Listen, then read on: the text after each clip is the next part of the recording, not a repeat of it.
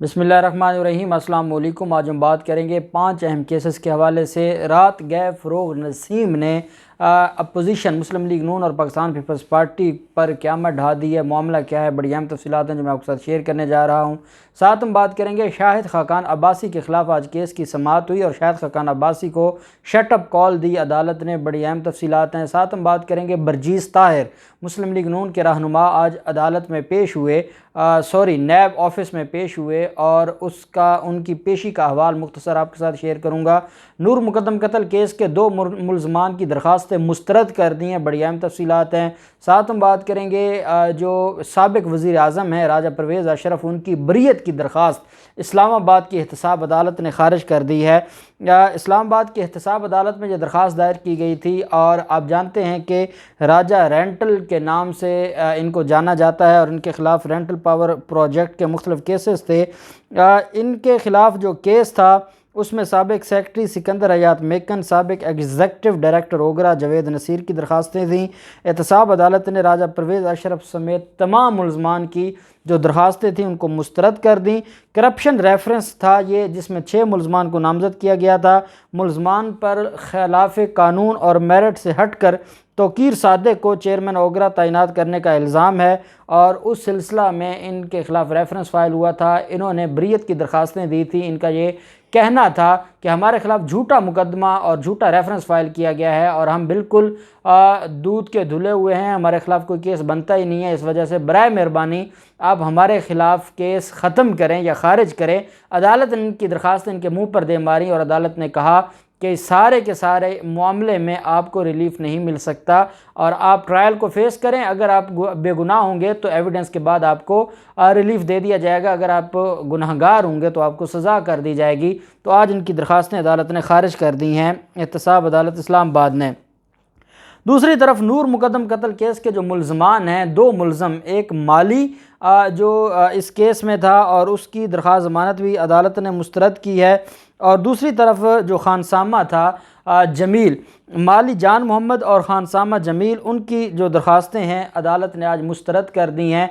Additional session जज साहब की अदालत है और उसमें ये दरख्वास्तें दायर की गई थीं और अदालत ने कहा कि ये जो कत्ल केस है ये अहम मरहला में दाखिल हो गया है, चलान सबमिट हो गया है और चलान सबमिट होने के बाद ट्रायल चलेगा। तो अगर ये बेगुनाह होंगे तो ट्रायल के बाद इनको रिलीफ़ मिल जाएगा, लेकिन बेल स्टेज पर इनका रिलीफ़ नहीं मिलता। इस वजह से इनकी जो दरख्वास्त है वो ख़ारिज की जाती है। अदालत ने यह भी कहा कि इस दौरान जो अहम हक़ाइक़ छुपाए गए इन दोनों मुलज़मान की तरफ से, उसको हम उस पर बग़ैर गौर किए हम नहीं रह सकते और क्योंकि इन्होंने अहम हक़ाइक़ छुपाए और एक कत्ल हो रहा था और उस कत्ल के वक्त ये खामोश रहे या ये सहूलतकार बने रहे या ये साथी रहे, इस वजह से इनके ख़िलाफ़ जो कार्रवाई है वो आगे चलेगी और इनको मुआफ़ी नहीं मिलेगी। और इनकी जो दरख्वास्त है एडिशनल सेशन जज अता रब्बानी साहब हैं, उन्होंने इस पर फ़ैसला महफूज किया था जो बाद में सुना दिया गया और उनकी दरख्वास्तें मुस्तरद कर दी गई हैं और इनके ख़िलाफ़ जो केस है वो भी अदालत ने जो आज जो है वो जो इनके ख़िलाफ़ ज़मानतों की दरख्वास्तें थीं और इनके ख़िलाफ़ जो थेरापी वर्क्स के मालिक हैं उसकी तरफ से एक दरख्वास्त दी गई थी इंदराज मुकदमा की और 22 से 22B CRPC के तहत दरख्वास्त दी गई थी। उसमें ना सिर्फ ज़ाहिर जाफ़िर बल्कि ज़ाकिर जाफ़िर, इसमत जो उनकी वालदा है ज़ाहिर जाफ़िर की, और ये माली और खानसामा, इन सब के ख़िलाफ़ एक दरख्वास्त दी थी और उसमें यह कहा गया था कि ये जो थेरापी वर्क्स के मालिक हैं उसने ये कहा था कि मेरे मुलाजमीन वहाँ पर गए मौका पर तो उनको भी ज़ख्मी किया गया। इनको भी 2 माह के बाद ख्याल आया था और मैंने आपको कहा था थेरापी वर्क्स के जो मालिक हैं वो ड्रामा कर रहे हैं और उनका ड्रामा कामयाब नहीं होगा। आज अदालत ने उनकी इंदराज मुकदमा की दरख्वास्त ख़ारिज कर दी है। ये दरख्वास्त थी ज़ाहिर जाफ़िर और ज़ाकिर जाफ़िर और उनकी फ़ैमिली और उनके मुलाजमीन के ख़िलाफ़ जो अदालत ने थेरापी वर्क्स के जो मालिक है उनकी दरख्वास्त ख़ारिज कर दी। ये दरख्वास्त बेसिकली इसलिए दी गई थी ताकि मुझे रिलीफ़ मिल जाए और मैं मुलज़िम के बजाय मैं मुद्दई बन जाऊं, लेकिन उनकी ये ख्वाहिश पूरी ना हुई और दरख्वास्त ख़ारिज कर दी गई।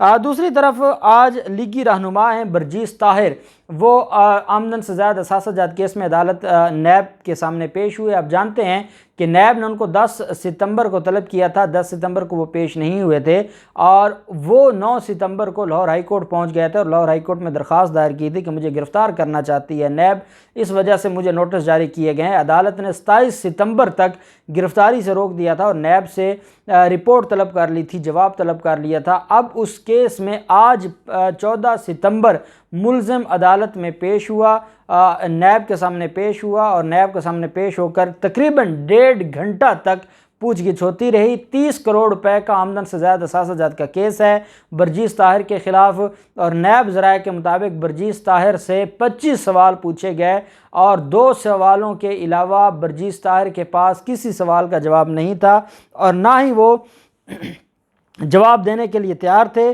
और उनके ख़िलाफ़ जो केस है उसमें जो मुल्ज़िम है बरजीस ताहिर उसके ख़िलाफ़ इन्वेस्टिगेशन की रिपोर्ट लिखी गई है और नैब ने कहा है कि वो इन सवालों का जो आज जवाब दिए गए हैं और जो डॉक्यूमेंट्स नैब के पास पहले से मौजूद हैं और कुछ डॉक्यूमेंट्स आज बरजीस ताहिर ने खुद जमा करवाए हैं, नैब का ये कहना है कि हम इनको मद्देनज़र रखते हुए केस को आगे चलाएंगे और देखेंगे कि क्या इनका रिलीफ बनता है या नहीं बनता, क्या इनके ख़िलाफ़ रेफरेंस फ़ाइल होना है या नहीं होना अगले चंद दिनों में। और 27 सितंबर से पहले पहले नैब इसके ऊपर वर्किंग करके अदालत को आगाह कर देगा। अगर तो रेफरेंस बनता होगा तो नैब अदालत में इनकी जो दरख्वास्त ज़मानत है उसको कंटेस्ट करेगा और अबूरी ज़मानत खारिज करवा के इनको गिरफ़्तार करवाएगा।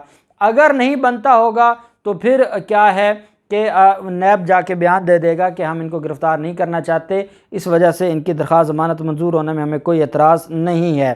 शाहिद खाकान अब्बासी के ख़िलाफ़ LNG रेफरेंस मैंने आपको बताया था कि शाहिद खाकान अब्बासी जिसने बदतमीज़ी की थी स्पीकर के साथ और शाहिद खाकान अब्बासी जिसने बदतमीज़ी की थी पाकिस्तान तहरीक इंसाफ के वर्कर्स के साथ, वो शाहिद खाकान अब्बासी जो अमेरिका में उसके साथ जो सलूक हो वो तो बर्दाश्त हो जाता है और अपने आप को बड़ा सादा वज़ीर आज़म कहलवाने वाले जब कोई वर्कर या मीडिया या कोई हुकूमती नुमाइंदा उनके साथ कोई बात करे तो बदतमीज़ी पर उतर आते हैं। उस शाहिद खाकान अब्बासी के ख़िलाफ़ जो LNG रेफरेंस है वो बड़ी तेज़ी के साथ आगे बढ़ रहा है और आज ये ड्रामा करना चाहते थे अदालत में। अदालत ने कैसे इनका ड्रामा बेनकाब किया, जैसे ही सुबह शाहिद खाकान अब्बासी और बाकी मुलज़मान जज आज़म खान साहब की अदालत में पेश हुए, मुलज़मान की हाज़िरी लगी और आज जो नैब के गवाह थे वो अदालत में मौजूद थे। ये नैब के गवाह हैं सुई सदरन गैस कंपनी के अफसर फरहान उमर, उनका बयान अदालत में रिकॉर्ड हुआ और उस पर जिरा करनी थी। अदालत ने शाहिद खाकान अब्बासी से कहा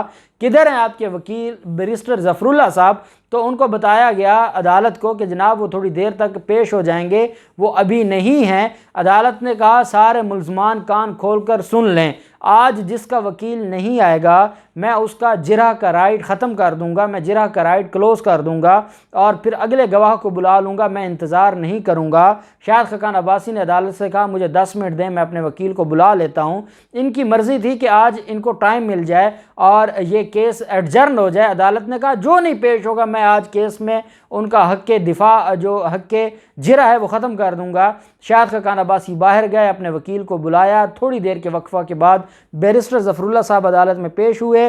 जो नैब का जो गवाह है फरहान उमर, उस पर जिरा पूरी मुकम्मल हुई और उसके बाद अदालत ने ये जो केस है उसको 21 सितंबर के लिए मुलतवी किया और मज़ीद जो गवाह रह गए हैं उनको तलब किया और मैं समझता हूँ कि जो बाकी गवाह हैं वो बहुत थोड़े रह गए हैं और इस वजह से ये केस बड़ी जल्दी आगे जाएगा। फ़रोग़ नसीम साहब वफाकी वज़ीर कानून हैं, एक मंझे हुए कानूनदान हैं और आप जानते हैं कि चेयरमैन नैब की तौसीक़ के हवाले से इशारे ज़राए दे रहे थे।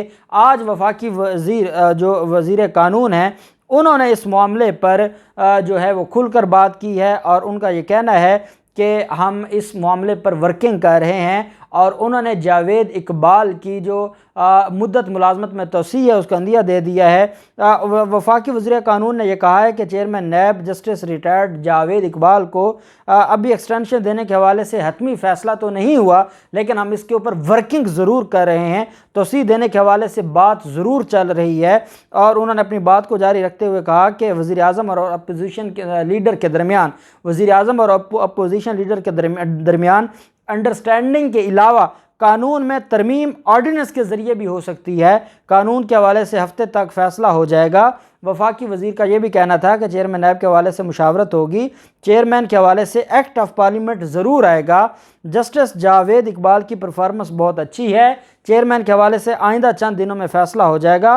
फ़रोग नसीम ने अपनी बात को जारी रखते हुए कहा कि नैब के प्रोसिक्यूटर जनरल असगर बहुत ज़बरदस्त काम कर रहे हैं। प्रोसिक्यूटर असगर हैदर एक्सटेंशन नहीं लेना चाह रहे थे, लेकिन कानून के मुताबिक हमने एक्सटेंशन दी, और अब जो जावेद इकबाल हैं उनकी एक्सटेंशन के हवाले से हम सोच रहे हैं। आप जानते हैं कि जब से मुस्लिम लीग नून और पाकिस्तान पीपल्स पार्टी, मौलाना फजलुर रहमान, इन लोगों ने ये सुना है कि जावेद इकबाल को एक्सटेंशन दी जा रही है, तो इनके घरों में तो सोग बपा हो गया। उसकी वजह यह है कि ये इस उम्मीद में थे कि जावेद इकबाल चला जाएगा और जावेद इकबाल के जाते ही ब्लैकमेलिंग शुरू हो जाएगी। शहबाज शरीफ का मिन्नत की जाएगी, शहबाज शरीफ नाम खुद सजेस्ट करेंगे या इमरान खान की तरफ से जो नाम आएंगे, शहबाज शरीफ उनसे रब्ता करेंगे, उनसे बारगेनिंग करेंगे। जो बारगेनिंग पे पूरा उतरेगा उसको चेयरमैन नैब के लिए नामजद करेंगे। बगैर अपोजिशन लीडर की कंसेंट के वज़ीर आज़म कर नहीं सकता।